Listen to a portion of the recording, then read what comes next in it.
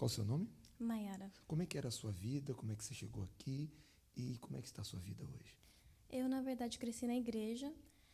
Eu participava do CBC até desde criança e conheci a palavra desde criança. Mas quando eu cheguei por volta dos 7 anos, eu sofri um abuso na minha babysitter e ninguém sabia.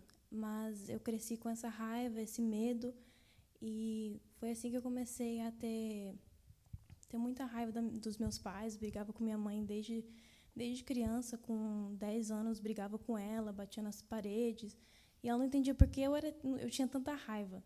E eu lembro que, bem novinha, eu comecei a ter depressão, queria me matar e não sabia resolver esse problema. Então, na minha adolescência, eu comecei a envolver com más amizades, eu comecei a tentar tirar esse vazio que eu tinha dentro de mim, provando a maconha, indo para festas, ficando com vários rapazes.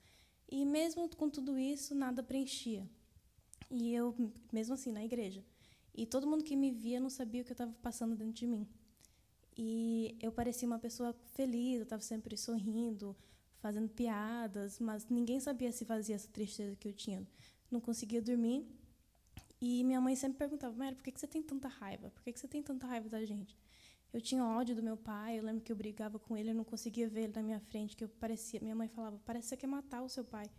E eu falava: eu não gosto dele. Eu até brigava com ela: você tem que divorciar o meu pai, que ele nunca vai fazer a nossa família feliz. E o problema era sempre outras pessoas, nunca era eu. E com isso fui indo mais e mais para essas coisas. E foi quando eu pensei, falei: não, então não resolveu eu fazendo tudo isso, então eu acho que o problema sou eu, acho que eu não gosto, homem não vai servir mesmo. Então eu comecei a pensar que eu era bissexual.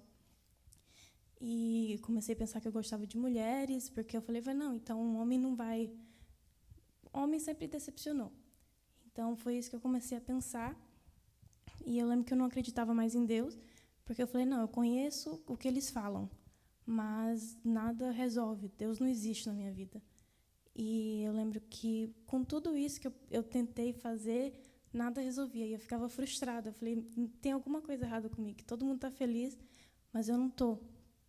E eu lembro que teve uma quarta-feira à noite, que a mãe sempre insistia para eu vir na igreja, que esse tempo eu já estava meio bem fria, né? E você chegou a tentar o suicídio ou não? Eu pensava muito, mas eu tinha medo, porque eu crescendo, mesmo eu não acreditando em Deus, eu lembro que o pastor sempre orientava: quem tira a própria vida já vai para o inferno. Então eu tinha medo disso. Falei: não, se eu tirar minha vida, então eu vou para o inferno, eu não quero ir para o inferno. E eu tinha esse medo, então eu falei: eu não quero me matar. Tinha medo de me matar. E mesmo sofrendo tudo isso, eu lembro que eu cheguei numa quarta-feira à noite, com raiva. Eu lembro para a oração que eu fiz para Deus, eu falei: eu não acredito no Senhor, mas se o Senhor existe, muda a minha vida, que eu não quero continuar desse jeito, que eu conheço desde criança, eu passei tudo isso, eu tenho raiva, eu tenho ódio do Senhor, mas eu vejo que o Senhor muda a vida dos outros, então eu quero essa mudança dentro de mim. Eu lembro que o primeiro sinal que eu tive foi que eu consegui dormir. Não foi da noite para o dia, claro, mas eu lembro que foi o primeiro sinal de sair de lá leve, sair com paz. Então, eu falei: não, então esse é o caminho. Então eu vou continuar desse jeito. Eu não vou olhar para trás. Então, naquele dia, eu comecei a me entregar mais. Eu comecei a procurar quem era Deus. Eu lembro que eu procurava ajuda. Eu falei, porque eu pensava que eu conhecia Deus, mas eu não conhecia, eu só escutava. Então eu comecei a procurar o que eu podia fazer, como que eu podia me dar mais. Me batizei nas águas.